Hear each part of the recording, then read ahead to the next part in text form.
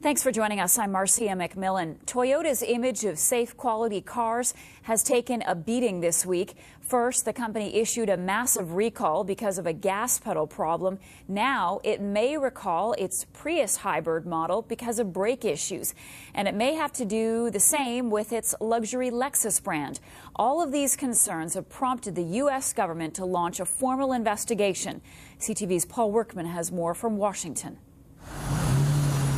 For Toyota, the Prius is a superstar of the car world, a gas-electric hybrid on the cutting edge of technology, until the discovery of a humble brake problem. And once again, the Japanese auto giant is fighting to save its reputation.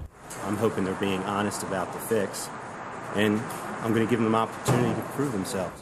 Already, there are reports the company will recall 270,000 Priuses sold in the U.S. and Japan. That's on top of an earlier recall involving nearly 8 million Toyotas worldwide. A staggering number linked to a defect that causes a sudden surge in speed, runaway cars. A Dallas man was killed in this accident.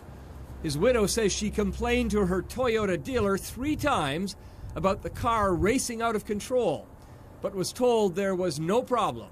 I just want Toyota to take care of these problems so no one else will die. Sudden acceleration where the accelerator just slams to the floor, and when it does that, the car takes off and the brakes can't override it. Toyota says it will replace a faulty gas pedal, but many believe it's a more serious software problem, and they accuse Toyota of misleading and stonewalling its customers. What's Toyota's cost estimate for its gas pedal recall? $2 billion. And now its lead in the hybrid market has taken a hit. This is a company with a lot to lose. Paul Workman, CTV News, Washington. Ted Graham joins me now. Mr. Graham is the Director of Client Services for Interbrand's Canadian office. He's with us tonight in Toronto. Hi there. Thanks for being with us. My pleasure. Toyota is taking another hit now with the brake problems in the Prius, which begs the question, can this company bounce back? Well, in our Interbrand ranking of the top global companies, we look at Toyota as a top brand. They're number 8 in the world in brand value. That's $33 billion of brand value.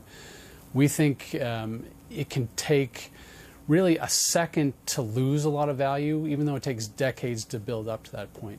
What we're paying attention to is the reaction. Mm-hmm.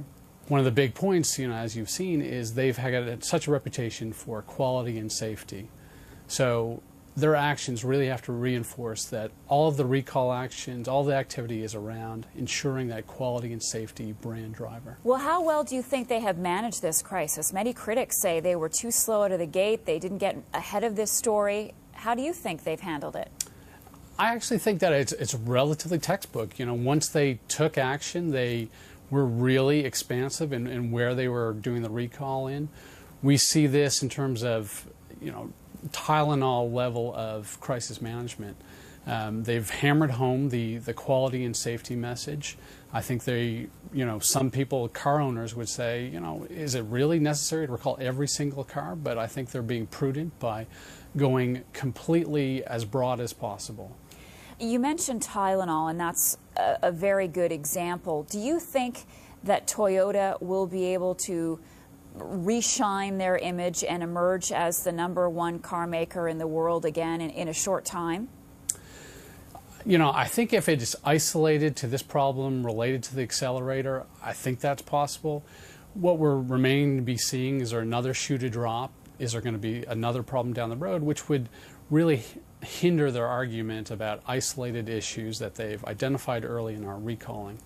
So we think that if it's particular to this particular problem, they're going to be fine. How much money will they lose? Well, when we look at the brand value, we're looking at earnings. We're trying to understand how they're going to do in a competitive environment. So we think that they're going to be very good with their loyal customers. Talked to a few this week. Loyal customers are still going out there buying Toyotas. Where they're going to lose money are the switchers. So we're in an environment where people are switching car allegiances. They've seen some of the U.S. brands go by the wayside. So if I'm a young 20-something ready to buy my first car, I'm going to think twice about driving that Toyota. So what we are worried about is losing market share from these new buyers or switchers, people who are looking at new brands to buy. Okay, last question for you. In terms of rehabilitating their image, what should they do when all of their recalls and repairs are behind them? Should they come out with a statement? Should they say thank you to their consumers for sticking by them? Or should they let this sort of fall by the wayside and hope that people forget? You know, I think it's going to be their loyal customers who will take them through this. You know, I have never seen such a preponderance of people who are willing to go to bat for a company. You know, you've got people who are going around telling their friends, not being prompted by Toyota, that this is a car that they've driven for 10, 15 years and they would buy it again in a second. If Toyota can bolster these customers and give them a voice, they're going to come out just fine. Ted Graham, thanks for your thoughts on this. Appreciate it. You're welcome.